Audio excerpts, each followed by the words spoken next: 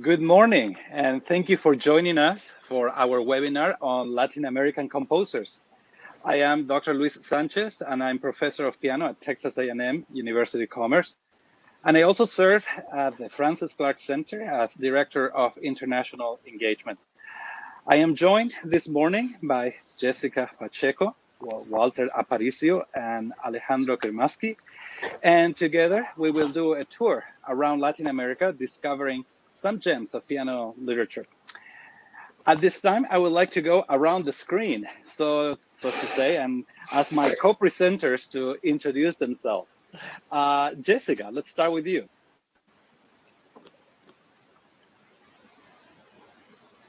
We can't hear you. Okay, can you hear me now? Yes. Perfect. Okay, good. So hello, I'm Jessica Pacheco, and I'm originally from Brazil, and I've been living in the U.S. for about 11 years, and never stopped researching music from my home country because I just love it too much. I currently just have a private piano studio here in northern Colorado. And I've been playing with Alejandro Cremaschi for 4 years, I believe, even though he's from Argentina. Brazil, Argentina, soccer. Okay. But it has been working all right. Alejandro? Hi, I'm Alejandro Cremaschi, as you just heard. I'm from Argentina, and we do have a better soccer team. I'm sorry, Jessica. And I teach piano and piano pedagogy at the University of Colorado Boulder, and I've been here for 7 years. Thank you both.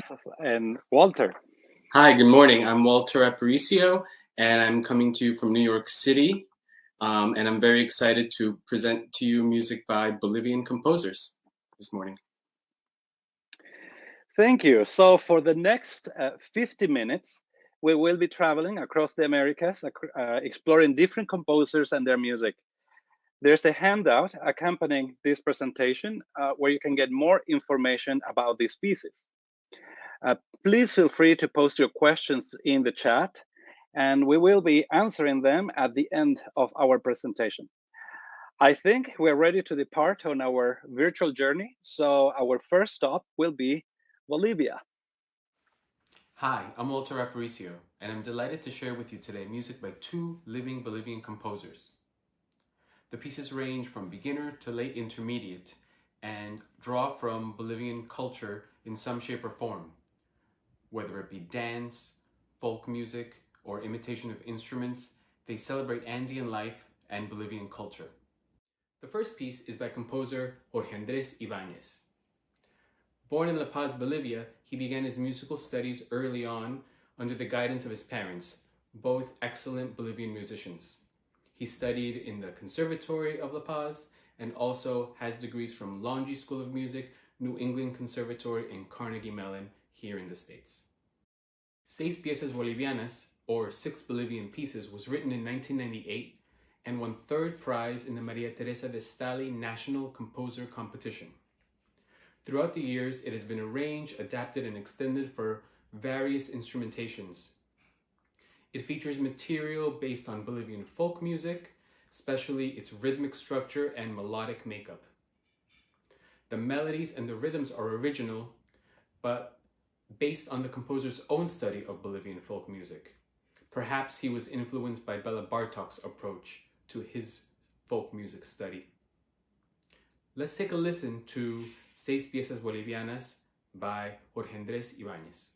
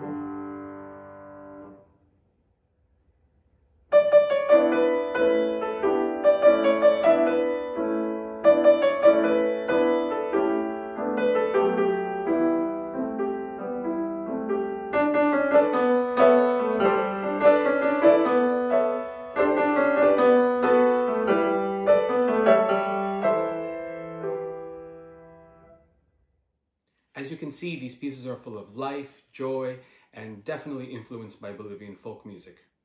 One can hear the dance quality, the irregular phrase structure, sometimes in 3 or in 5. There's contrast in dynamics and articulation, lots of syncopation, and instrument imitation. This is a perfect piece for a beginner to late beginner student who is learning how to balance perhaps a melody and an accompaniment, as well as having true rhythmic integrity. The next piece is by composer Walter Aparicio. Walter Aparicio is considered one of the most important contemporary music composers in Bolivia. The National Symphony Orchestra premiered his piano concerto in 2003, and he has had many other international premieres. As an educator, he has been professor at the Catholic University of Bolivia, as well as the National Conservatory. The piece that we'll speak about today is called Álbum para un ratón criollo, Opus 20, or Album for a Creole or Native Mouse. This piece won first place in the same composition competition as the previous work we just heard. Álbum para un ratón criollo is in 6 movements, and each of these movements is titled with a folk music idea. The first movement, Cusillo, refers to an Andean clown character, typically seen in parades, and is part shepherd, part clown, part devil, and is considered kind of benevolent trickster, kind of like a jester. You can hear with the left hand ostinato and the 32nd notes of the right hand, the composer characterizing this jester for it to be fun, energetic, and a little bit scary as well. The second movement, Pastorcita, refers to the little shepherd woman. One can hear the pastoral quality in the 6/8 and imagine the picturesque landscape of Bolivia as this shepherd woman herds her sheep. The third movement, Bicho, refers to a bug. This movement is energetic, vivid, and fun. One can even tell a student to write a story about what's happening. Are we chasing the bug? Is it getting away? Who's winning? Perhaps the last line will give an indication of what truly occurs. The fourth movement is a march. One can hear the steadiness of the march, and the right hand is imitating bugles and drums and other instruments. It's really energetic and rhythmic. The fifth movement is a tonada. A tonada is a folk music song typical of South America. The left hand has a lull of an ostinato, and the right hand has a beautiful melody that is pretty indicative of a tonada. The last movement is a morenada. A morenada is a folk dance that is typically seen in big parades in Bolivia. It is accompanied by drums and large brass, and one can definitely hear the folk music influence in this, as well as the characterization of this dance. It is energetic, big, and bombastic. It is, of course, harmonized in a modern way, making it even more interesting.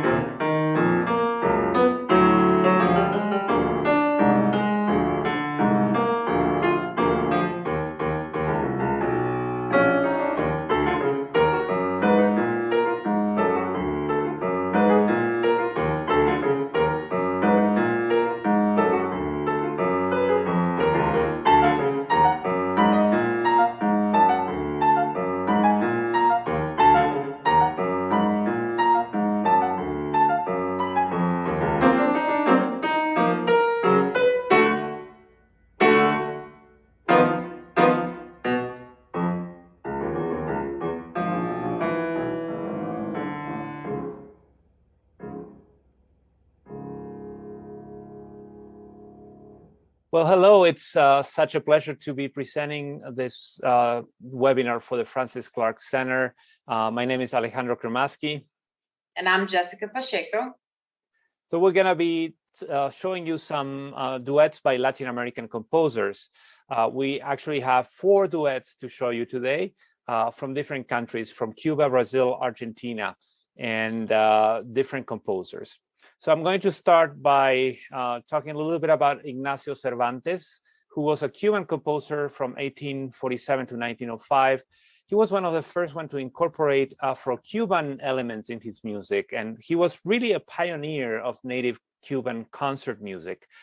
He met Gottschalk, who was an American composer and pianist, who encouraged him to study at the Paris Conservatoire, where he went. And then when he came back to Cuba, he wrote many pieces that incorporate Cuban flavors, including the elegant danzas cubanas, which are very well known. Some of these pieces have been arranged for piano duets. That's the case with Los Muñecos, which is translated as the dolls. It's an arrangement of one of his solo danzas, and it's for piano duet, and it's at the late intermediate level.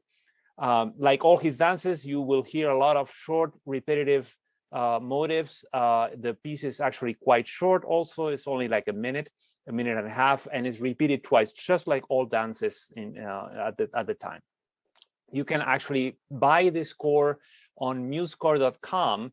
The arranger actually has a few other dances by Cervantes, and they're all a lot of fun to play. So let's listen to Los Muñecos by Ignacio Cervantes.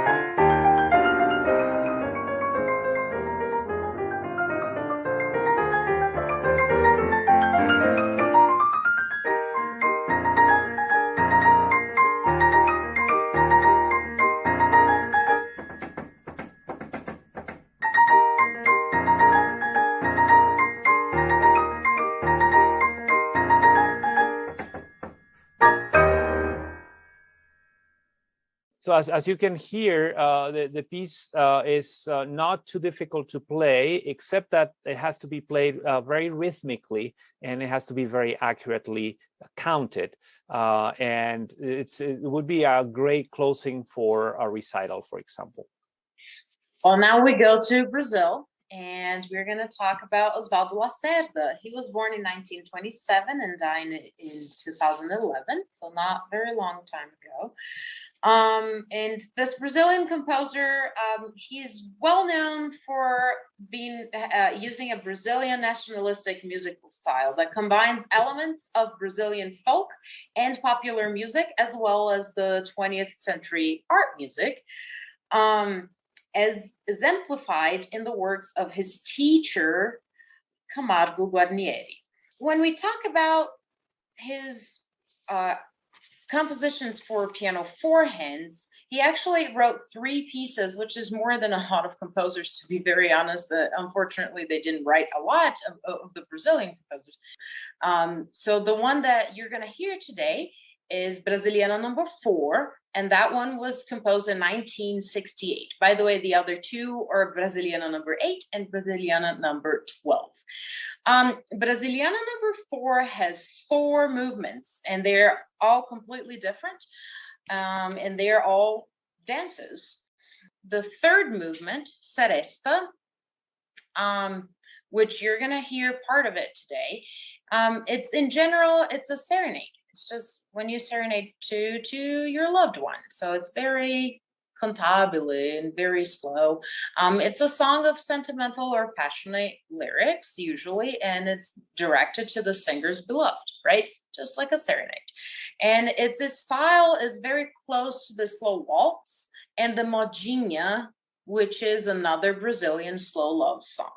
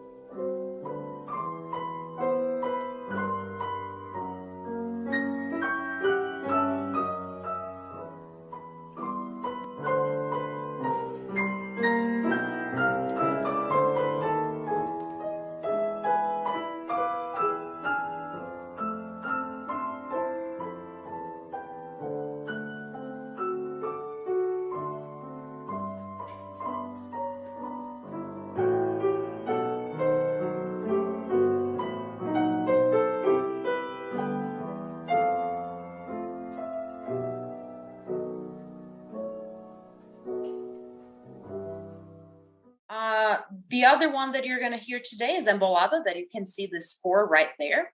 And that is a vocal genre typical of northeast of Brazil. And it appears alone or within dances. Usually the dance is the coco. But the Embolada is declamatory. It's a speech-like melody, and it's always in a very fast tempo. In this case, for Osvaldo Lacerda piece, it is bitono. So you're going to hear the primo part playing in C major and the secondo playing in D flat major. It's quite different, quite exciting.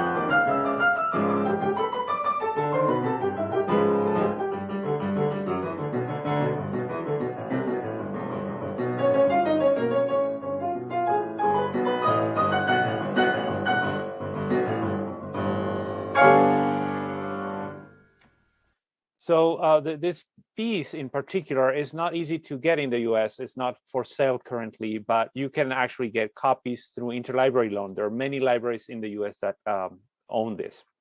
We're now going to move to Argentina, and we're going to be showing you an arrangement of an Astor Piazzolla piece. Piazzolla was an Argentinian composer, also a bandoneon player, which is type of an accordion. He's actually holding that in this particular picture. He was the creator of the Nuevo Tango, which is a tango that combined different traditions, not just the old tango, but also some classical and jazz music. Most of his music was written for his quintet. There's very little piano music, but many of his tangos have been arranged, some of them for two pianos, some of them for piano solo, or in this case, piano duet. We are going to be showing you a portion of Otoño Porteño, which is one of the estaciones porteñas, which is the seasons of Buenos Aires. Otoño is the fall. There are 4 movements, and all 4 have been arranged for 4 hands.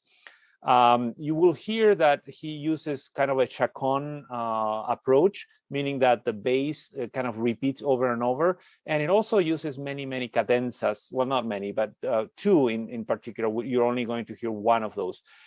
These tangos are usually arranged in ABA or ABA-BA form, where the B is a contrasting tempo. And this is an early advanced level. You can obtain this music mostly from European stores, but it's actually not difficult to obtain it. One of those is actually listed here. So let's listen to Otoño Porteño.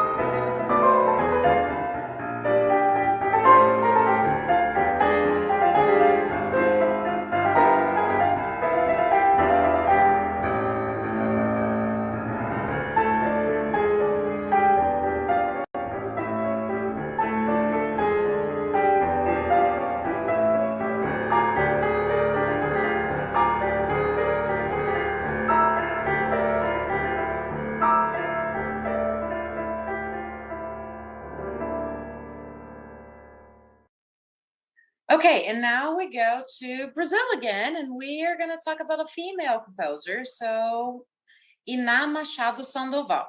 She was known as Tia Iná, so Aunt Iná. So very nice, and just imagine sitting in her own living room and playing piano with her, just being cozy there. And that's how basically her music got composed. She just would sit down and start composing. She was born in 1906 and she died in 2003. And her musical development was very intuitive and largely self-taught without going through any formal conservatory. So basically sitting down at the piano and composing. At age 21, same year that she got married, she actually composed her first piece, an Argentine tango called Flutuando. and continued composing until her death in 2003 at age 97, leaving at least 175 or so compositions for piano solo and voice and piano. She composed a lot of choros, tangos, waltzes, mazurkas, and salon dances. We are gonna hear today the Snow White and the Seven Dwarfs. Actually, we're gonna just hear a couple of them. And this piece, it's a great piece for students. And I mean, if you want to perform too, it's very simple. The first movement, the Snow White, she is actually portrayed by a waltz. All of the other dwarfs, so all of the other movements are Brazilian tangos, which are basically choros. It's not like the Argentinian tango. It's actually very different. So yeah, let's go ahead and hear Mestre and Achi.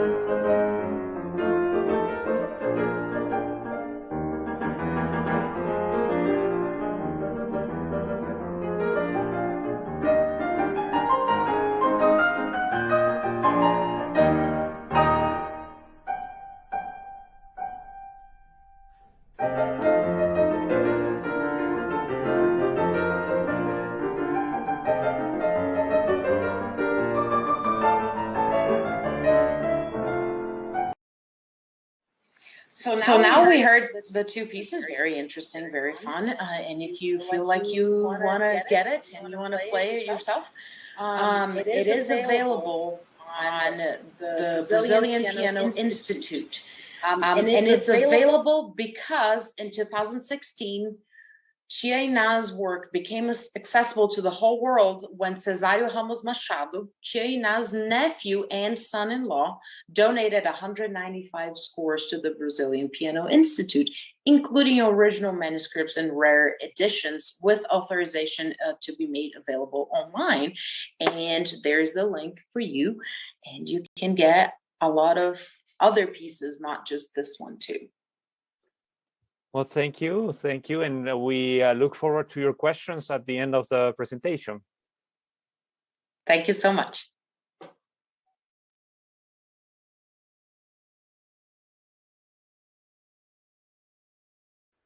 Finally, in this journey through the Americas, we make a stop in Argentina, where we will explore the music of 3 different composers. If you have been following this series of presentations of Latin American composers, we started last spring. You may recall 2 composers that I share with you from Argentina, Luis Janeo and Carlos Guastavino. Today I will present to you Julián Aguirre, Juan José Castro, and Martín Kudnovsky. Through the work of these composers, you will explore the unique musical voice of Argentine composers, which enjoyed a fusion of European influence and in most cases traits of nationalism by using folk dances and songs. Let's begin with the music of Julián Aguirre. Julián Aguirre was born in Buenos Aires in 1868. When he was 4, his family moved to Spain, and Aguirre started studying counterpoint, harmony, and piano at the Madrid Conservatory of Music.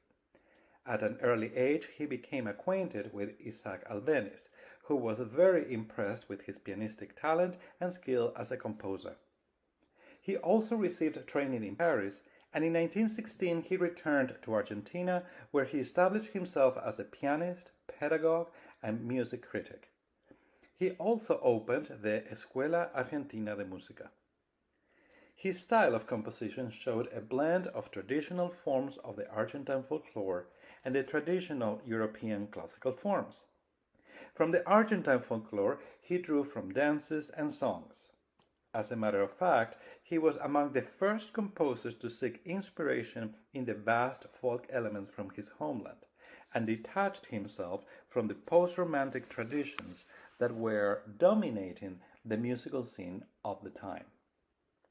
This shift in his source of inspirations that determined his style of composition happened right at the turn of the century, when his output mostly consists of short character pieces with a distinctive Argentine flavor. Of these compositions, I would like to present to you a set of 5 pieces entitled Aires Nacionales Argentinos, Tristes, Opus 17. The word triste means sad in Spanish, but it also is a type of song that was widespread at the beginning of the 1800s in the northwestern part of the country. Each of these pieces is worth talking about, but because of time, I will only focus on my personal favorite, number 4. This piece is not particularly sad, but I would say that it has a touch of nostalgia. With its lyrical character, it has the feel of a lullaby. This is a great piece for an upper intermediate student.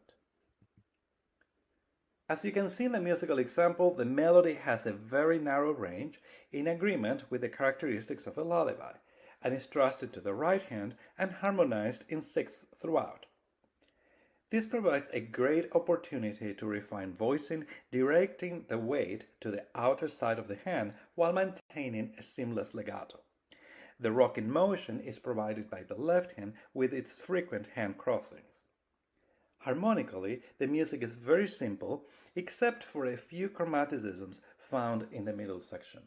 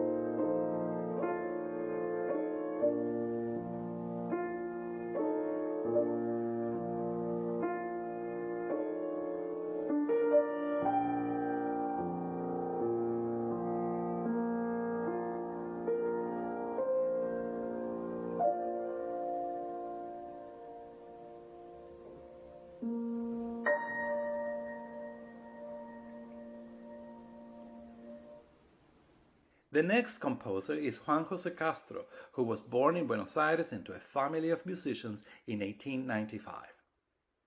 He was not only a composer but also a notable conductor. As a matter of fact, he was responsible for the premiere of numerous new works, including the first performance of Stravinsky's The Rite of Spring in South America. His vocabulary as a composer is rich in dissonances and neoclassical techniques. In the 1920s, Juan José Castro studied in Paris with composer Vicente Dandy and pianist Edouard Riesler. Upon his return to Buenos Aires in 1925, he focused his creative efforts in conducting. He premiered works like El Amor Brujo by Manuel de Falla, and he quickly established himself as a very sought-after conductor, not only in his native Argentina, but also in the USA, invited by Toscanini, other countries in South America, and later in the 1950s, England, Switzerland, Spain, Norway, Australia, among other nations. His work as a composer includes numerous symphonic works, film music, chamber works, and works for voice and piano, and of course, piano solo works. His musical language is characterized by a combination of three different musical styles: Spanish, French, and Argentine. In 1929, he joined the Grupo Renovación, a group of contemporary Argentine composers, and later, in 1948, the Argentine Composer Association. The piece that I have selected to share with you today is La Danza del Oso, the Bear Dance. The piece begins with an introduction in 6/8, which functions as a sort of preamble to the dance of the bear. Immediately, we recognize the dissonances of the left hand ostinato and the undulating line of the right hand. This bear dance is a slow, heavy waltz with heavy accents in the left hand and a Phrygian melodic line in the left hand as well. You will hear how this heavy, clumsy dance transforms towards the end into something more grotesque and comical to bring the piece to a big, dramatic finale.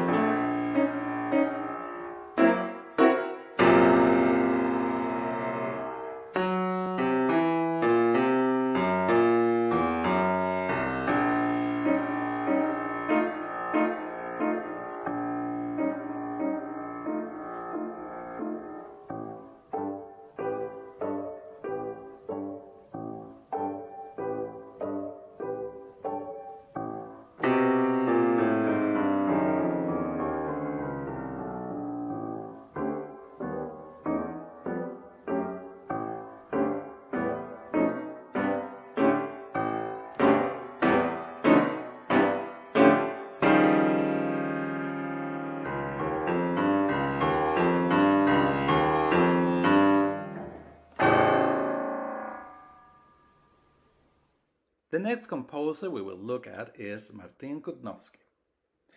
He is a contemporary composer and music theorist born in Buenos Aires. He currently lives in Canada, where he serves on the faculty at St. Thomas University. His musical language is firmly rooted in the tonal tradition, but you can clearly distinguish a contemporary flavor in his music. He makes a clear connection with his Argentine roots by using folk material of Latin America. He has written numerous piano works, which are a great addition to the vast contemporary keyboard literature, but he also wrote works for orchestra and chamber music. His music has been performed all over the world, and some of his works have been commercially recorded as well. He has written 2 sets of pieces published by FJH that go from the elementary through the intermediate level, with echoes, pictures, riddles, and tales for piano solo, to intermediate through early advance, with watercolors for 10 fingers. For today, I have selected 2 pieces from his collection for the elementary through intermediate student. Let's start with Sobre el Puente de Avignon, on the Bridge of Avignon, which is based on a traditional folk song from France and Argentina. The melody starts comfortably in an F major 5-finger pattern marked legato and a left hand that explores an Alberti bass and colorful harmonies thanks to the use of a flat 7. That means an E flat major chord instead of the diminished 7th we would usually expect. The B section of the melody can present a challenge to students due to the change of articulation, use of 2-note slurs, and the changes in hand position.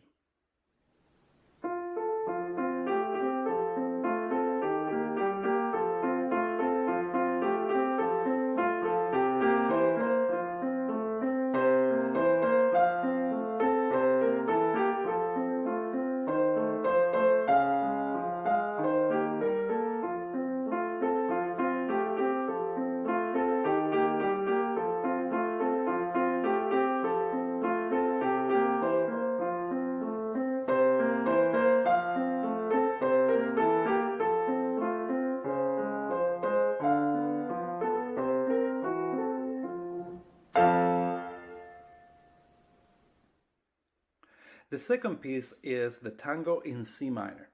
This piece would be appropriate for an intermediate student who is comfortable navigating through different rhythmic challenges, syncopations, 16th notes, triplets, and dotted rhythms. I think Kudnowski really captures the spirit of the tango, with his sudden dynamic changes that happen along the way, with changes of articulation that add to the charm of this composition.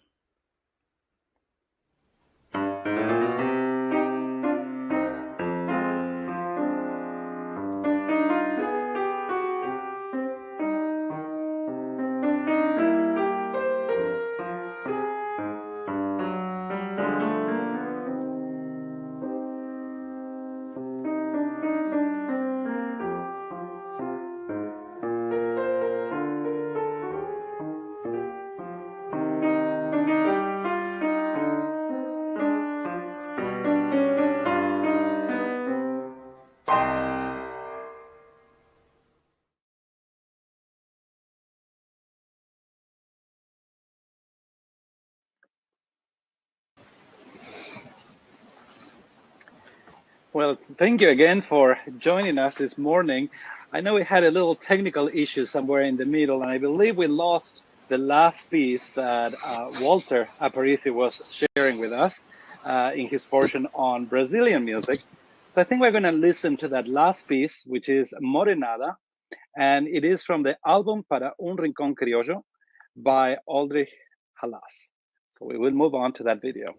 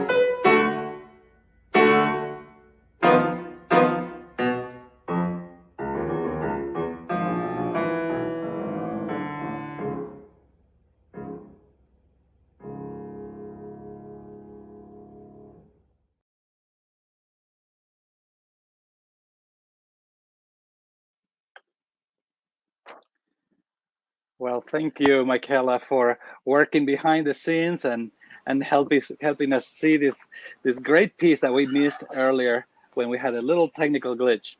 I've been following the chat and I have not seen any questions come up, but I don't know if any of my co-presenters today has anything that you would like to add for our audience today.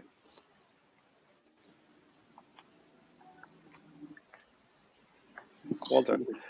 Just a quick mention that if you would like to obtain these scores, it's in the handout, and I believe you could find that in the chat. You can just contact the composers on for my pieces, and there's info for all the rest of the pieces as well there too. Thank you, Walter. And I think that brings us to the end of our webinar today. Thank you again for joining us. It was great to share the screen with Jessica, Walter, and Alejandro this morning. And don't forget the handout. You have information about each of the pieces we heard today, also how to access scores, and regarding the level of difficulty. So I hope you have a great rest of the day, and stay tuned for more great webinars with the Francis Clark Center. Thank you.